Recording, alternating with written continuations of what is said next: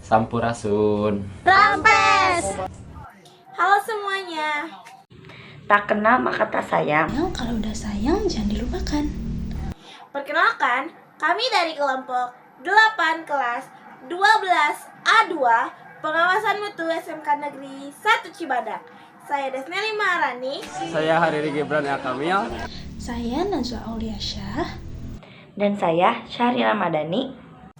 Di sini kita akan membahas mengenai materi pada mata pelajaran PAI atau Pendidikan Agama Islam bab 8 mengenai sikap inovatif dan etika dalam berorganisasi. Pada materi ini akan ada 6 poin yang akan dibahas, yaitu Yang pertama yaitu etos kerja. Apa sih etos kerja itu? Etos kerja merupakan dua kata yang berbeda, yang dimana etos adalah pandangan hidup yang khas dari suatu golongan sosial seperti watak, kepribadian, sikap, dan keyakinan. Sedangkan kerja adalah semua bentuk usaha yang dilakukan manusia baik dalam hal materi dan intelektual yang berkaitan dengan dunia maupun akhirat. Jadi, etos kerja adalah seperangkat nilai yang menekankan tentang pentingnya kerja keras dan dedikasi dalam menjalankan tugas. Kita sudah tahu nih apa itu etos kerja. Kemudian kita mengaplikasikannya dengan poin yang kedua, yaitu perilaku kerja keras. Teman-teman tahu nggak sih bahwa kerja keras itu merupakan kewajiban bagi umat Islam? Sebagaimana firman Allah dalam Quran Surat Al-Qasas, surat ke-28 ayat 77 berikut. A'udzu billahi minasyaitonir rajim. Bismillahirrahmanirrahim. Wabtaghi fima atakallahu ad-daral akhirata wa la tansa nasibaka minad dunya wa ahsin kama ahsanallahu ilaika wa la tabghil fasada fil ard. Innallaha la yuhibbul mufsidin. Shadaqallahul azim. Yang artinya, dan carilah pahala negeri akhirat dengan apa yang telah dianugerahkan Allah kepadamu.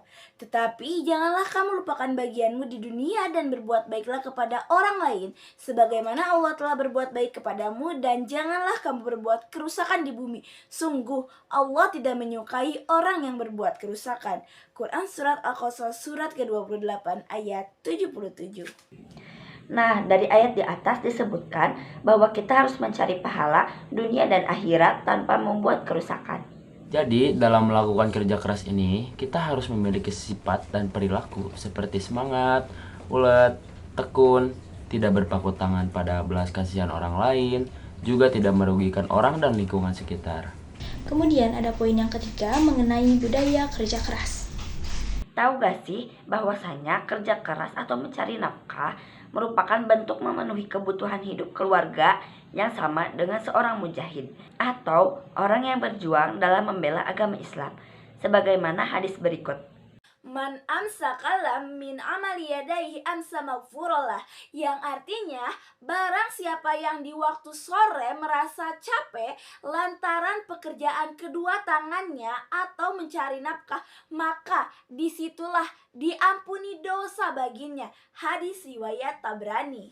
Dari hadis di atas juga disebutkan bahwa ketika kita merasa capek saat bekerja keras, disitulah kita akan mendapat imbalan juga tanpa kita ketahui, yaitu dengan diampuninya dosa kita. Jadi, budaya kerja keras ini sudah menjadi turun-temurun yang menjadi kewajiban bagi setiap umat Islam untuk bertahan hidup dan tabungan di akhirat. Kemudian kita masuk ke dalam poin keempat, yaitu mengenai hikmah bekerja keras. Apa aja sih hikmah kerja keras itu? Nah, hikmah kerja keras sebenarnya sangat banyak, baik dari aspek dunia maupun akhirat. Salah satunya adalah mengembangkan potensi diri baik berupa bakat, minat, pengetahuan, dan keterampilan. Lalu kerja keras ini kita sangkutkan dengan poin kelima, mengenai berorganisasi. Kerja keras dan organisasi merupakan suatu perpaduan yang sempurna antara kegiatan dan usaha. Dalam berorganisasi ini, kita memerlukan inovasi dan etika yang mana keduanya ini merupakan satu kesatuan dalam berorganisasi. Apa sih inovasi? Apa sih etika? Inovasi itu sendiri berasal dari kata Latin innovation yang berarti pembaruan atau perubahan. Yang berarti bahwa inovasi adalah perubahan baru yang menuju ke arah perbaikan-perbaikan yang dilakukan secara berencana. Inovasi ini merupakan suatu hal yang harus ada dalam organisasi. Karena dengan inovasi ini, suatu organisasi tidak akan membosankan karena ada gebrakan-gebrakan baru yang dilakukan untuk organisasi yang lebih baik dan seru. Dalam melakukan segala sesuatu, pasti kita akan menemukan hambatan dan rintangan kan? Mulai dari awal kita masuk, karena organisasi terbentuk karena dua syarat berikut, yaitu 1. Memiliki tujuan yang jelas. 2. Memiliki pembagian tugas yang jelas, yang mana tidak akan ada sikap berat sebelah di organisasi. Keberhasilan mengembangkan organisasi ini juga dipengaruhi oleh beberapa faktor loh, yang dimana faktor terbesarnya adalah sumber daya manusia sebagai pelaku organisasi. Kalian tahu nggak sih bahwa dalam organisasi ini ada 3 hal yang utama? apa aja sih hal utamanya? 1. Gagasan baru. 2. Produk atau jasa. Dan 3. Upaya perbaikan atau penyempurnaan. Untuk terbentuknya organisasi juga harus ada kepekaan organisasi dalam inovasi yang dimana pelaku organisasi harus peka dan tanggap dalam melakukan inovasi baru. Lalu, apa aja sih ciri-ciri inovasi dalam organisasi itu? Ciri-ciri inovasi dalam berorganisasi ada 4, yaitu 1. Memiliki ciri khas atau khusus dalam segi ide, program, tatanan, sistem, dan hasil yang diharapkan. Yang kedua, memiliki ciri atau unsur kebaruan. Ketiga, program inovasi yang dilakukan berdasar dari program yang terencana dan berstruktur. Dan yang keempat, inovasi yang dilakukan memiliki arah untuk mencapai tujuan. Dalam sifat perubahan inovasi minimal ada 2 kategori, yaitu penghapusan dan penguatan. Nah, kemudian dalam organisasi juga kita harus menerapkan etika yang berarti suatu sikap dan perilaku yang menunjukkan kesediaan dan kesanggupan seseorang secara sadar untuk menaati norma dan peraturan yang berlaku. Dengan adanya etika ini, suatu organisasi bisa terjalin keharmonisan dan ketentramannya.